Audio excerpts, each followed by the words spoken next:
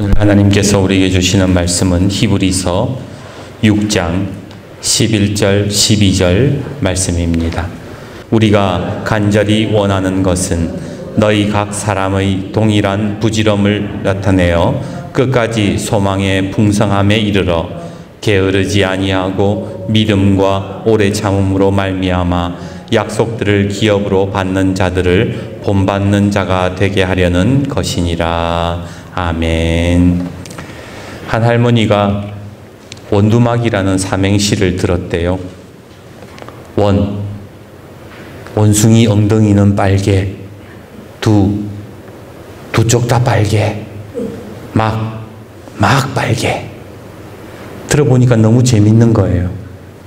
어서 영감에게 알려줘야지. 급히 할아버지에게로 달려갔습니다. 영감, 내 원두막 삼행시 할 테니 운 좀 띄워보시오. 할아버지가 한 글자씩 운을 띄웠습니다. 원숭이 엉덩이는 빨개. 여기까지는 잘했어요. 근데 할아버지가 다음 두 번째 글자 두라고 외쳐야 되는데 원두막을 원숭이로 착각을 하는 바람에 두라고 안 하고 숭 그랬던 거예요. 그때까지만 해도 할머니는 이상한 것을 깨닫지 못했습니다. 숭하게 뻘게. 그러니까 할아버지가 그렇게 대답을 말하자 그제서야 잘못된 것을 알게 된 할머니는 이렇게 대답을 했죠. 이게 아닌디? 살아가면서 계획대로 되지 않을 때, 생각지도 못한 방향으로 흘러갈 때 우리는 스스로 이게 아닌데 라는 생각을 할 때가 있습니다. 성경에도 그런 사람들이 있었지요. 믿음의 조상 아브라함은 누구보다 하나님을 신뢰했던 사람이었습니다. 하지만 아무리 기다려도 아들이 생기지 않자 이게 아닌데 라는 의문을 가졌어요. 하나님의 약속이 있었음에도 의심하기 시작했습니다. 그리고 결국 아브라함이 선택한 것은 바로 그의 몸종 하갈에게서 이스마엘을 낳는 것이었습니다. 하나님의 형통하심을 입은 요셉은 누구보다 하나님의 인도하심을 믿은 사람이었습니다. 하지만 오랜 감옥살이 속에 그는 하나님의 섭리에 의문이 들기 시작했습니다. 그리고 그는 썩은 동아줄을 붙잡았지요. 술 맡은 관원장에게 청탁을 한 것입니다. 모세는 이스라엘의 학대를 지켜보시는 하나님께, 그냥 지켜만 보시는 하나님께 의문을 품은 채 살인을 했고, 욥은 계속되는 고난 속에서 푸념과 한탄을 털어놓았으며, 요나는 납득할 수 없는 용서의 하나님을 향해 이것은 아니라며 다시스로 도망을 갔고, 수제자 베드로는 자신의 계획이 예수님의 말씀과 자신의 계획이 다르자 예수님을 비난했습니다. 그렇습니다. 성경의 많은 사람들도요, 이게 아닌데 라는 의문을 가졌고 그 의문 속에서 하나님의 선하심을 믿지 못했습니다. 예전 우리 마을에 참외 농사 짓는 분이 저에게 그런 말을 한 적이 있습니다. 예전에 교회 다녔는데 이제 교회 안 갑니다. 믿어도 별 다른 거 없더만. 예수 믿으면 돈도 잘 벌고 건강하고 뭔가 특별할 줄 알았는데 별거 아니더라는 거예요. 여러분들은 어떠세요? 신앙생활하면서 실망하신 적이 없나요? 신앙생활하면서 이건 아닌데, 내가 생각했던 건 이게 아닌데, 내가 예수 믿는 건 이게, 믿은 목적은 이게 아닌데 라는 그런 생각이 들은 적이 없냐 말입니다. 오늘 우리가 읽은 히브리서 말씀은 믿음이 흔들리는 사람들을 위해서 쓰여졌습니다. 이들 중에서는 예수님을 영접하고도 다시 유대교로 돌아가는 사람들이 있었어요. 이 사람들이 그렇다면 예수님을 영접했음에도 불구하고 왜 기독교에서 다시 유대교로 개종했던 것일까요? 그 첫 번째 이유는 유대교가 훨씬 믿기 쉬웠기 때문에 그래요. 유대교는요, 율법이 있어가지고 하라, 하지 마라가 분명합니다. 하지 말라는 거 안 하면 의인되고요. 하라는 거 하면은 그 천국 가는 게 그 유대교 율법이에요. 그런데 기독교는 뭔가 애매해. 뭔가 복잡해. 독립운동하려면 사람 나쁜 놈들 죽여야 되잖아요. 그런데 성경에 뭐라 그래요? 원수를 사랑하라 그래. 오리를 가자 그러면 십리를 가주라 그러고요. 핍박당하는 게 복이 있다고 이야기를 해요. 뭐 어쩌란 얘기야? 독립을 하라는 거야? 아니면은 뭐 원수를 사랑해서 그거 다 용서해란 얘기야? 성공하고 싶은데요, 가난한 자가 복이 있대요. 살기 힘든데 자꾸만 참아라, 인내하라, 그렇게 말씀하더라는 거예요. 예수 믿기가 힘들지요. 믿음 생활과 믿음과 생활이 자꾸만 부딪히고 고민할 게 많다 보니까, 안 그래도 먹고 살기 힘든데 고민까지 해야 되니까 어느 순간부터 이 사람들이 이게 아닌데 라는 생각이 들어서 유대교로 갔던 거예요. 두 번째 이유는요, 박해가 너무 심했어요. 로마인들에게 박해당하는 것도 힘들어 죽겠는데 똑같은 민족에게 이단 취급당하면서 학대를 받고 신고를 당하니 얼마나 힘들었겠습니까? 예수 믿는 거 보통 믿음으로 믿을 수 있는 게 아니었어요. 목숨 내놓고 믿는 게 예수 믿는 것이었어요. 그럼에도 신앙 지키면요, 그렇게 뜨거운 믿음을 가지고 내가 신앙을 붙들고 있으면 하나님이 좀 보호하시고 지켜주셔야 될 것 같은데 사람들이 사자밥이 되네. 살기든 점점 힘들어지네.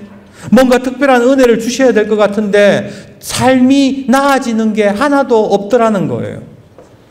게다가 나는 그래 뭐 믿음 지킨다고 치자. 그런데 자식들이요, 출세길이 막히는 거예요.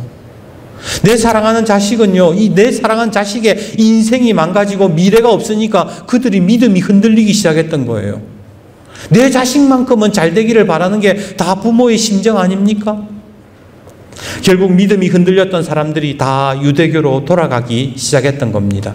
그리고 그런 상황 가운데서 오늘 히브리서 기자가 뭐라고 이야기를 하는가? 11절과 12절 말씀을 다시 한번 봅시다.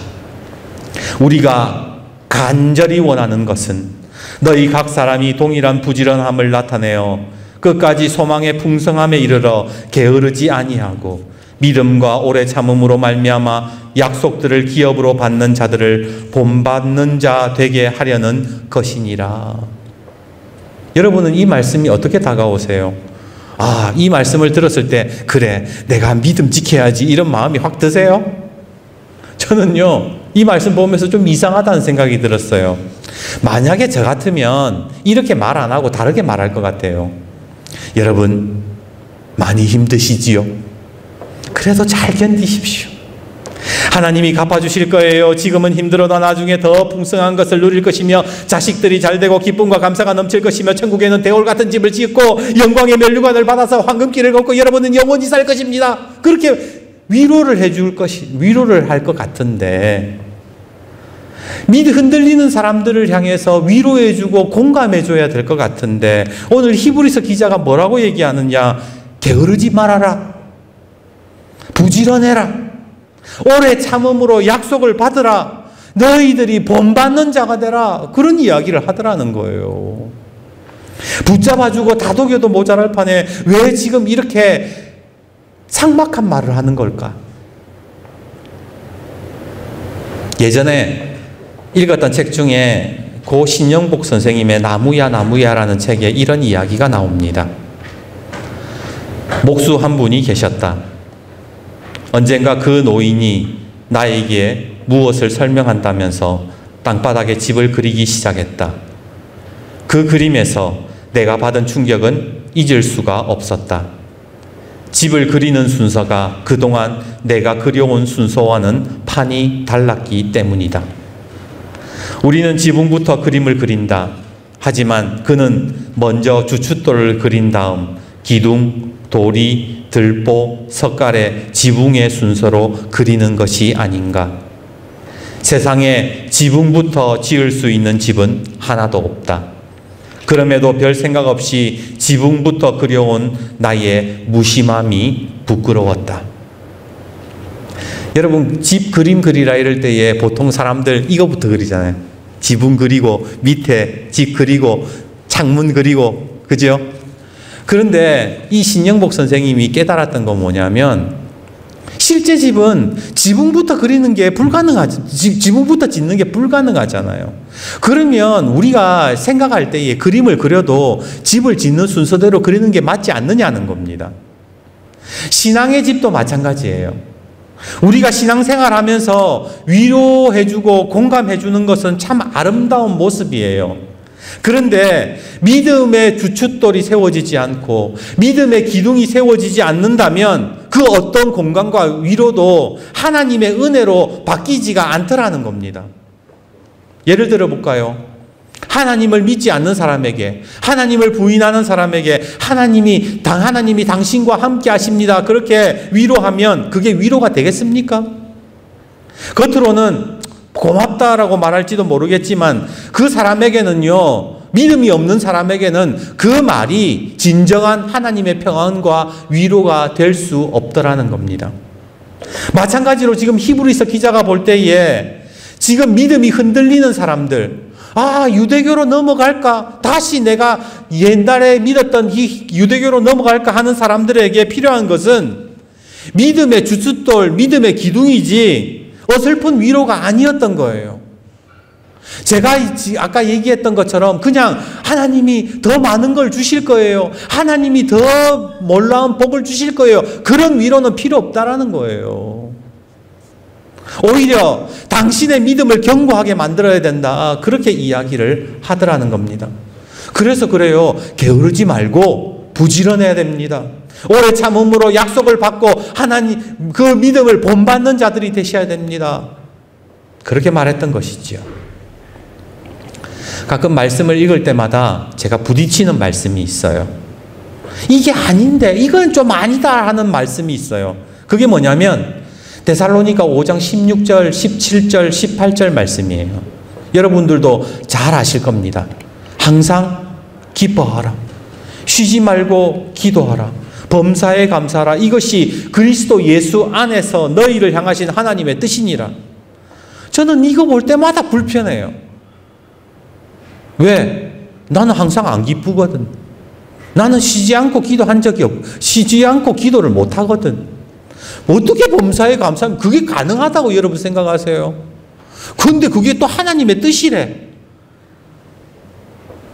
그거 어떻게 해요? 나는 이거 볼 때마다 이거는 아닌데 라는 생각을 한다라는 거예요. 그런데 성령님께서 어느 날 저에게 그런 마음을 주셨어요. 그게 뭐냐면 신앙생활은 방법이 아니라 태도란다. 다시 한번요. 신앙생활은 방법이 아니라 태도란다. 여러분도 아시다시피 이스라엘 백성이 광야에서 몇 년간 돌아다녔습니까? 40년. 직선으로 걸어가면 11일밖에 안 걸리는 거리였어요. 그런데 왜 하나님은 그 11일밖에 걸리지 않는 그 광야를 40년 동안 이스라엘을 뱅뱅 돌리셨을까? 그 이유가 신명기 8장 2절에 나옵니다. 내 하나님 여호와께서 이 40년 동안에 내게 광야길을 걷게 하신 것을 기억하라. 40년 동안 너네들 돌아다닌 거 기억해. 그 이유가 뭔 줄 아느냐? 너희를 낮추시며 너희를 시험하사 네 마음이 어떠한지 그 명령을 지키는지 지키지 않는지를 알려 하심이라. 하나님이 광야 40년 동안 보려고 하셨다는 게 뭐예요? 태도였다는 거예요. 이스라엘이 이 40년 동안 돌아다니면서 어떤 태도로 하나님을 바라보고 어떤 태도로 하나님을 섬기는가, 하나님이 그거 보시려고 그랬다는 거예요. 태도를 훈련시키시려고 그랬다라는 겁니다. 성경을 보면요, 하나님이 광야에서 살아남는 방법을 이야기하신 적이 없어요. 야들아, 광야에서 살려면 말이다, 어떻게 적군을 물리쳐야 되고 어디에서 물을 구하고 어디에서 식량을 구해야 된다, 방법을 이야기하지 않으세요. 하나님께서는 항상 이스라엘 백성들에게 원하는 것은 원망하지 마라, 감사해라, 너의 태도를 온전하게 바로잡아라, 그렇게 말씀하시잖아요. 저는 지금까지 신앙생활하면서 늘 방법을 찾았던 것 같아요. 아까 말씀을 보면서 어떻게 하면 항상 기뻐하지? 어떻게 쉬지 않고 기도하지? 어떻게 범사에 감사하지? 그런 것들을 고민했던 거예요. 그런데 하나님이 원하시는 것은 태도였다는 겁니다. 오늘 히브리서도 마찬가지예요. 지금 어려운 삶의 자리를 경험하고 있고, 아, 내 지금 다시 유대교로 넘어가 버릴까, 그런 생각을 하고 있는 사람들에게, 당신들에게 지금 필요한 것은 신앙의 태도라는 거예요. 위로가 아니라 정말로 원하는 것은, 그래서 이 히브리서 말씀 처음에 뭐라 그래요? 우리가 정말로 원하는 것은 태도라는 거예요. 그러면 이 태도의 관점에서 아까 데살로니가전서 5장 16절을 읽어보면요, 의미가 달라져요. 항상 기뻐하라, 쉬지 말고 기도하라, 범사에 감사하라. 이게 무슨 말이냐면, 어떻게 하면 감사할까, 어떻게 하면 기도할 수 있을까, 이게 아니라 항상 기뻐하려는 태도를 가지라는 거예요. 어떻게든 쉬지 않고 기도하려는 기도의 태도를 가지고 모든 일에 감사하려고 애쓰는 그 삶의 태도를 가져라. 그게 하나님의 뜻이다. 태도를 가지는 인생. 그게 진짜 신앙생활이라는 거예요. 그렇다면 오늘 이 추수감사절 우리가 가져야 될 신앙의 태도가 뭐냐는 거예요. 여태까지 추수감사절 설교하면서 어떻게 하면 감사할 수 있을까? 그래가지고 온갖 사람들 이야기 간증부터 시작해가지고 이렇게 하면 감사할 수 있고 저렇게 하면 감사할 수 있고 이래야 감사의 마음을 가지고 설명도 무지무지 많이 하겠는데 아니더라고요. 결국에는 그냥 내 삶에 어떤 일이 있든지 감사의 태도를 가지는 것, 감사하려고 애쓰는 것, 그게 하나님의 뜻이고 하나님이 원하시는 거다라는 거예요.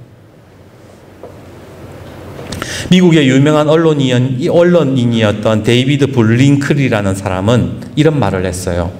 하나님은 가끔 빵 대신 벽돌을 던져두신다.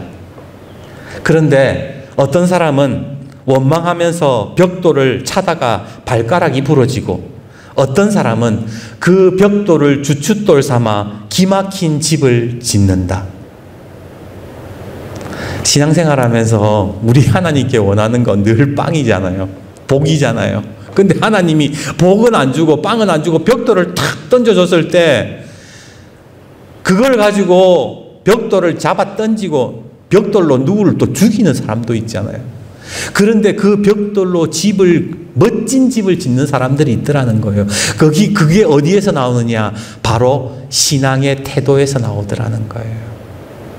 지금 히브리서의 말씀에 누군가는 힘들고 누군가는 너무 어렵고 누군가는 믿음이 흔들리지만 그런 상황 가운데서 신앙의 태도를 가지는 사람, 바른 태도를 가지는 사람은 뭐예요? 끝까지 살아남아서 하나님께 영광 돌리더라는 거예요. 똑같은 풀을 먹여도요, 뱀은 독을 만들어내고 젖소는 우유를 만들어냅니다. 같은 고난을 겪어도 한 사람은 성인이 되고 한 사람은 폐인이 됩니다. 이유가 어디에 있을까요? 바로 신앙의 태도에서 출발을 하더라는 겁니다. 예전에 어떤 사모님이 그런 간증을 하는데 이런 이야기를 했어요. 내가 목사 딸로 태어나 보니, 그리고 한국교회 현실을 경험해 보니 한국교회는 정말 목회가 쉽지 않습니다. 한국은요, 학벌을 따져가지고 신학교 어디 출신인가에 따라서 가야 되는 교회도 정해지고요. 교회에 들어가면요, 장로님들하고 목사님들하고 서로 견제하고, 목사가 자식 많으면요, 교회가 부담스러워해요. 늘 부정적인 말을 하고 다녔대요. 그러던 어느 날 기도 중에 하나님이 사모님을 엄청 책망하시더래요. 네가 목사 사모가 돼가지고 왜 성도들에게 부정적인 이야기를 하고 다니냐고 하나님이 막 책망하셔서 그때부터 신앙의 태도를 바꿨대요. 마음은 그대로 있지요. 억울하고 분하고 교회 비현실적인 일들을 보면서 마음은 그렇지만, 그럼에도 불구하고 하나님이 교회를 사랑하신다. 그럼에도 불구하고 감사합니다. 태도를 바꾸니까 놀라운 은혜를 경험하기 시작했다라고 그렇게 고백을 했습니다. 오늘 하나님은요, 살아계신 분이세요. 그러기에 우리가 변화될 것을 믿으면서 신앙의 태도를 바르게 하기 시작하면요, 변화는 일어나게 되는 겁니다. 이제 말씀을 맺습니다. 청주 한길교회에 신현식 목사님이라고 계세요. 이분이 그 설교에서 이런 말을 하더라고요. 그 목사님의 말씀입니다. 제가 살아보니까요, 무엇이 되는 것도 어렵지만 무엇다워지는 것이 더 어렵더라고요. 남편 되는 것은 쉽습니다. 결혼하면 돼요. 그럼 남편이 되니까. 그런데 남편다워지는 것은 정말로 어렵더라는 거예요. 아버지 되는 것은 쉽습니다. 내가 애를 놓으면 아버지가 되니까. 그런데 아버지다워지는 것이 어렵더라는 거예요. 목사 성도 되는 거 쉬워요. 신학교 가면 되고 교회 나오면 돼요. 그런데 목사다워지고 성도다워지는 것이 너무 어렵더라는 거예요. 여러분은 오늘 저와 여러분은 목사답게 성도답게 살아가고 계십니까? 오늘 우리가 목사답게 성도답게 산다라는 것은 신앙의 태도를 바로잡는 거예요. 방법을 어떻게 하면 목사가 되지가 아니에요. 어떻게 하면 성도가 되지가 아니라 신앙의 태도를 바로잡는 거예요. 오늘 이 추수감사절 우리가 가져야 될 신앙의 태도가 뭡니까? 바로 그냥 범사에 감사하는 태도라는 겁니다. 감사할 게 없으니까 감사하지 않고 기뻐할 일이 없으니 기뻐하지 않는 것이 아니라 방법을 찾는 것이 아니라 그 감사의 태도를 유지하면서 모든 일에 하나님 앞에 겸손하게 감사를 드릴 수 있는 태도를 가져야 한다라는 겁니다. 그러면 그 신앙의 태도 속에서 진정한 감사와 그리고 하나님의 역사는 드러나게 될 것입니다. 오늘 본문의 말씀을 다시 읽어드리고 말씀을 맺겠습니다.